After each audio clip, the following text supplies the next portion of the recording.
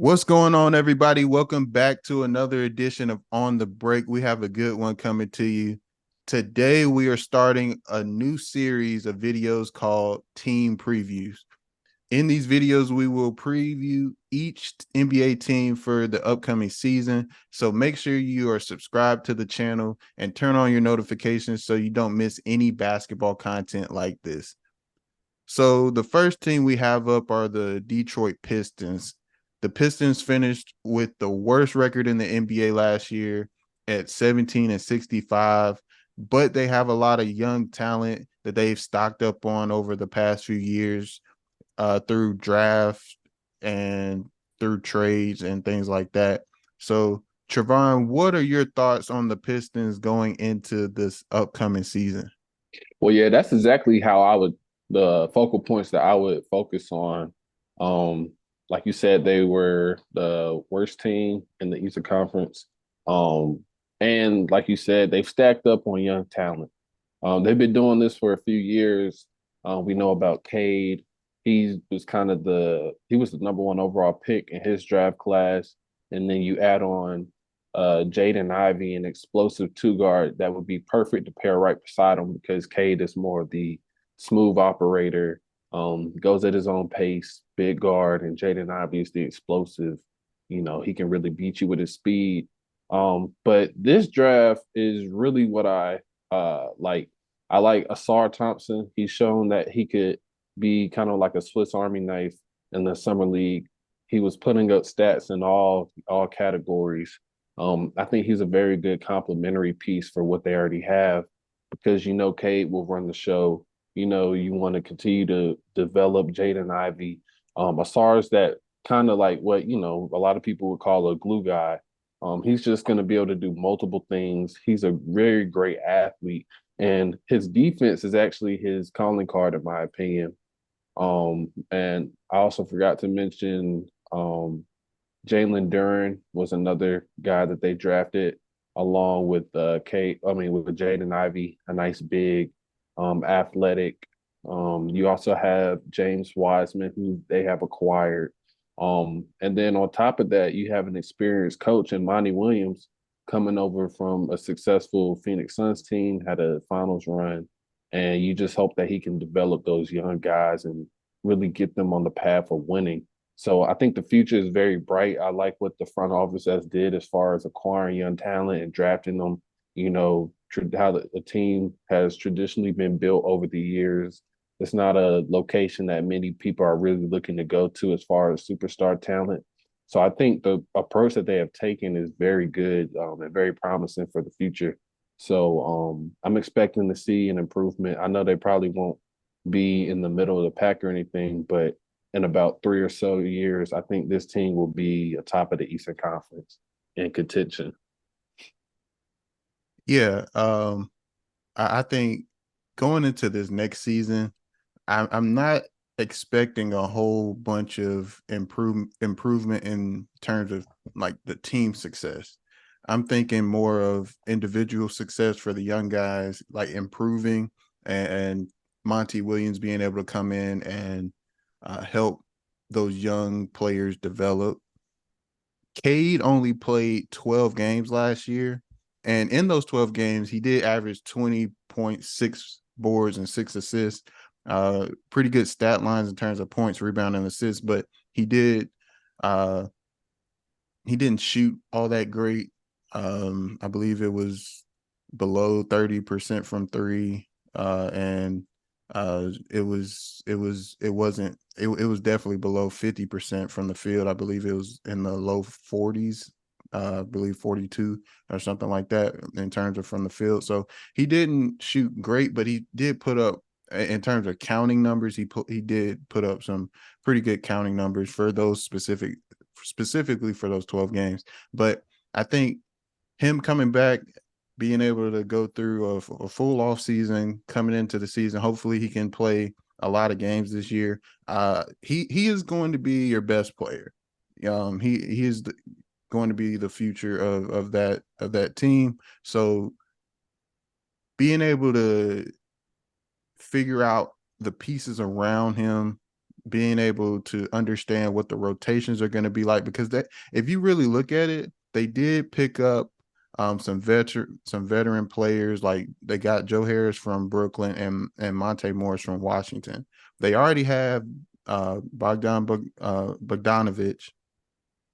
and um, that it's a lot of players in the guard position, the forward positions, and they have three centers, and I'm just really curious to see how the rotations are going to be and who's going to be getting a lot of playing time, because the lineups that I'm thinking about putting out there, I don't think it's going to be a whole bunch of spacing in terms of 3-point shooting if you have multiple bigs out there, because they also have Marvin Bagley as well, who isn't the greatest 3-point shooter. I know he can step out and shoot a little bit, but he's not the greatest 3-point shooter. So I'm wondering, especially at the big position, what that's going to look like.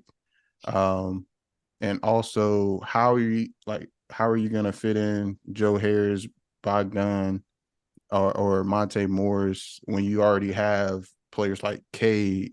You have Killian Hayes, who I think a lot of people are wondering what's going to happen with him now.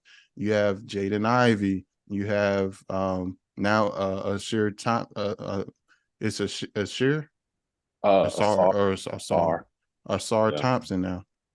So I'm just wondering, what lineups are you gonna play with? Because last year the lineup just didn't really make a whole bunch of sense to me. It was a lot of uh, players out there that weren't that great shooting, but have really good athleticism, can get to the basket, and all that stuff. But I just don't think things fit very well. So, in my opinion, I think this next season is going to be about figuring things out. How do these pieces fit? Who's going to be reliable? Who are we going to be sticking with for the long term? So that's how I see next season going. And I'm not. I don't think it's going to be a whole bunch of team success in terms of uh fighting for a play-in or anything like that. I think that could be their ceiling, but I don't think that they're gonna be there this year. Yeah, I agree with you. The points you hit on is basically how I see it. I completely agree. When you mentioned the spacing, I feel like that is the reason they went after a guy like Joe Harris. And you mentioned all the players they have at all these positions, right? And I think look at that as a good thing. You can use these players as tradable assets to get specialists as far as shooters, or in my opinion, I feel like they could use some more defenders because I mean, we mentioned all these star talents, but none of them are really great defenders, in my opinion. Um, James Wiseman, I think one of the reasons he got traded is because he wasn't really willing to do that dirty work that Golden State needed. I think he has a more of an offensive minded type game, which is why getting somebody like Asar Thompson was a very big deal in my opinion. Because, like I said, his defensive skills and intangibles are his calling cards. So the Killian Hayes and the Marvin Bagleys and guys like that, you can use their youth as value for other teams to get veteran assets in return who maybe have shown the consistency from the 3-point line and defensively. I think you really can't have too many assets. It's just pretty much how do you manage it? Because like we saw with like Golden State, they tried to have it all, but when you have assets that have value, I feel like it's best to utilize their value and fit around the guys who you want to center it around, such as like you said, Cade, Ivy, um, Wiseman, Asar, Duran, those guys. So from that standpoint, I don't think it's too bad to have. And just another stat of what they did last year, I wanted to speak on. They're obviously when you're the worst team in the league, you're not going to be that great on either side of the ball. Defensively, they allowed 118 points or 119 points on average, which was the 27th worst defensive rating in the NBA.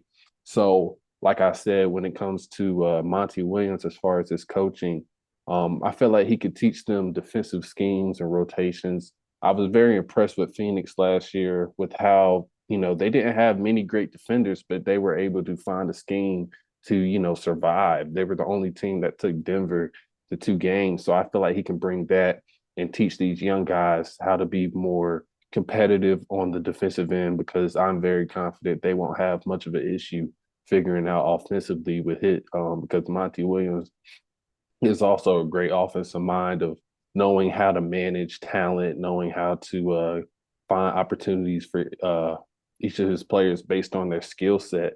So that's something that I'm really excited for to see them do and improve on, with getting such a great coach in Monty Williams, who I think was kind of wrongfully let go from Phoenix, but you know this works out for Detroit.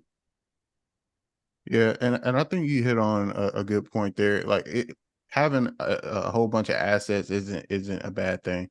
Or I don't want to say assets because they're players and they're humans at the end of the day. But Value, having a I'll whole say bunch of value, talent, yeah, having a whole talent, bunch yeah. of talent or value at those positions, I don't think it's a bad thing. I actually think it's going to provide a lot of competition within the team. Like in practices and competing for spots and playing time.